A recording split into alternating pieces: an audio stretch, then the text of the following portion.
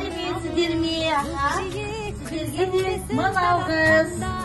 Сау болыңыздар. Үлкен балалар, батырлар мен даналар, құттықтаймыз мейраммен, құрметті аналар.